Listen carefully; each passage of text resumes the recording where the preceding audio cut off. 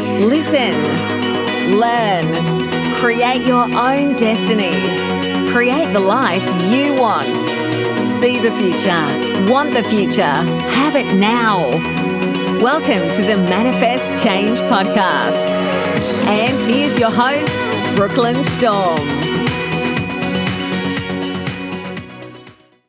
Hi everybody, thank you so much for pushing play on another episode of the Manifest Change podcast. My name is Brooklyn, and today we're going to be talking about why being busy is actually making you go broke in your business.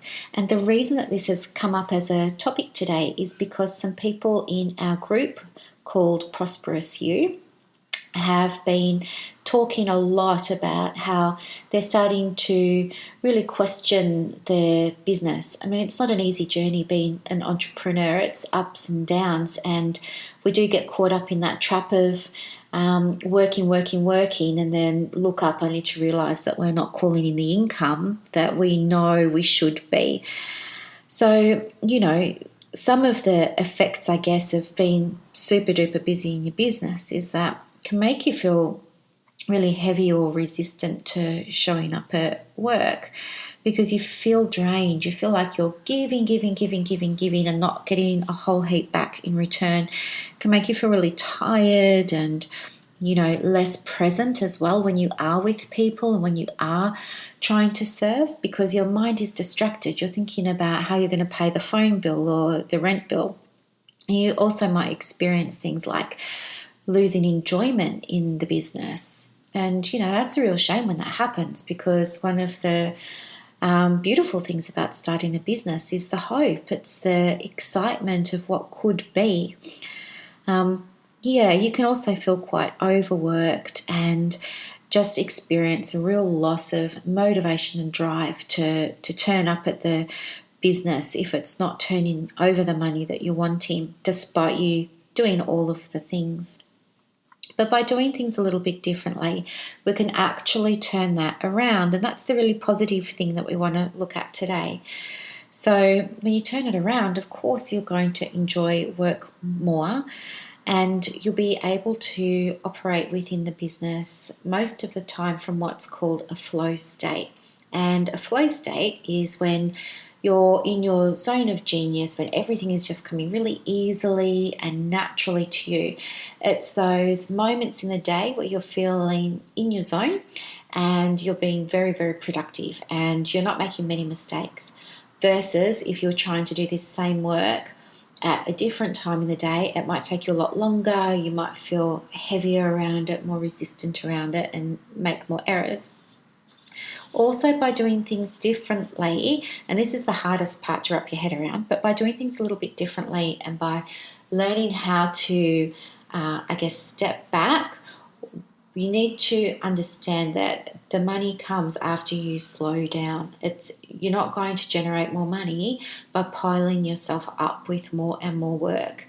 What will happen is you'll just go to work, you'll exhaust yourself, and then you'll go home. And I know what that's like because that's what I used to do as well. I used to associate hard work with earning money. And so I used to have a belief that I had to, see so many clients in a day and do my admin and return all my emails and phone calls and market the practice and do all of these sorts of things. And I had to literally physically tire myself out before I'd allow myself to go home. And then I'd go home and I'd feel satisfied because I'd think, well, I've done a hard day of work today. But then I'd check the bank account and there wouldn't be much in it. And so that was frustrating. And because I didn't understand what was going on and I didn't have the knowledge then that I do now, I used to look inwards and I used to generate a lot of doubt for myself around and question my capacity to be an entrepreneur and my ability to be a business owner and a business leader and things like that. So anyway, for those of you who are a little bit more spiritually minded, you may have guessed that what we're talking about today is masculine energy. A masculine energy doesn't mean it's gender-based. It doesn't mean if you're a boy, you've got this much energy or this type of energy, and if you're a girl, you've got this type.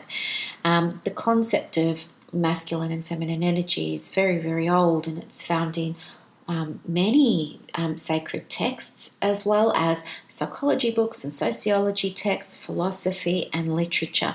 So it's been around this concept for a very long time. But an easier way to try and think about it might be just to imagine, stereotypically even, what you think masculine energy might look like. And usually it's described as being quite energetic, it's quite productive, it's quite physical, and it's really around things like protection. And so, in Jungian analysis too, we look at this in terms of ego and the role that that's having on business, especially entrepreneurship, because there's a difference, isn't there, between being a business owner and being an entrepreneur. If you're a business owner, it's a job. If you're an entrepreneur, it's your life. You're investing everything in it. But then, I've digressed, but then you've got feminine energy. And the thing about feminine energy is that it's quite creative. And I guess to be a sweeping stereotype or generalisation, we say, well, women birth babies, they birth ideas, they birth businesses, they birth societies, they birth cultures, they birth ideas. So this idea of feminine energy is really around some of those more traditional type things. In addition, you would also think of feminine energy as being very nurturing, very accepting, have a lot of empathy, very kind. It's making sure everybody's taken care of and looked after. It's, putting themselves last, all of that sort of stuff too. So what tends to happen though when we're running a business, especially if you're new to business and you haven't been trained in how to run one, you kind of, you're listening to everybody say, oh, just do what you love. But you don't have the skills yet. You don't have the knowledge required to run the business. What happens is you just kind of default to what you've been programmed or conditioned to already think about running a business. And so for a lot of us, I used myself as an example before, I had been conditioned to believe that money comes from exhausting yourself at work. I don't know what you believe, but you'll have your own sets of beliefs there around the relationship between work input and work output, or like what you put in versus what you get back economically or financially. But anyway, certainly having a look at those beliefs is going to be the first key to you unlocking your financial potential. At the moment, it's very difficult because you don't yet fully understand the roles of these different types of energies. And so because of that, what happens is we tend to say, well, I need to work more, or I need to work harder, or I need to be doing more things. And if you're in a coaching business, for example, you might say, well, I need to make more offers, or I need to write more courses, or I need to put more packages together, or I need to put more programs together, I need to write my content.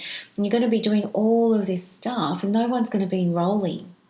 And no one's going to be buying. And part of the reason for that is because when you're not doing it from a place of flow, when you're not doing it from a loving place where you're feeling lit up, where joy's being sparked deep within, what happens is the offers are being written from a space of desperation. The offers are being written from a place of scarcity, of lack, of poverty mindset, things like that. And without you even really being conscious of it, what happens is it's repellent and people pick up on that, and that's why they don't sign up. If you've got a group, for example, it's absolutely fine to be promoting offers and services in there from time to time, but there's a ratio. Most of your content should really be around things that they want to learn from you, things that they want to hear from you. You have to show up consistently. You have to give them value. You have to give them something that they can't go on Google. You have to give them something that they can't get from the group next door. They have to want to be in your group because they're getting information. They're worried that if they miss your video or if they miss your post, they're going to miss out on something that's really important that they need.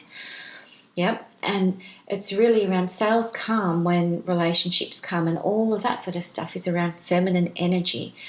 So the lesson is to try and stop for a second and take a breath be kind to yourself and have some compassion, but realize that you're spinning your wheels if you just keep showing up and working. You're not going to make money like that. You need to create space in the day where you can tap into that feminine energy, where you can be creative, where you can be loving, where you can be kind, where you can be inspired, and you can share that side of you with everybody that's in your group, on your email list, on your page, wherever your audience might be. And that's when things will start to change for you.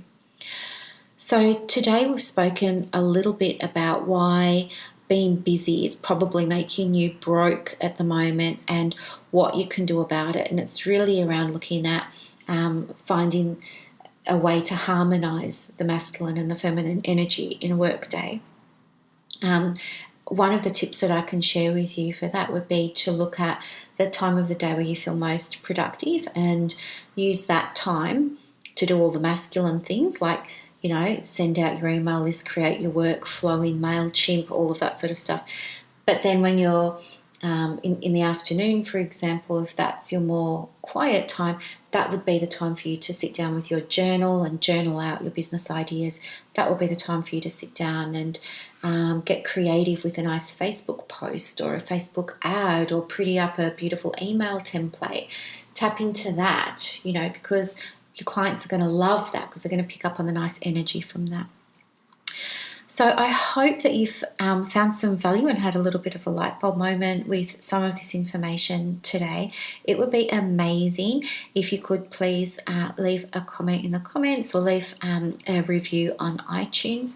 And I just want to express my gratitude for downloading this podcast. Thank you so much. If you want to share it, feel free. The more the merrier. I'll put links in the show notes as well for those of you who are interested in taking this a little bit further.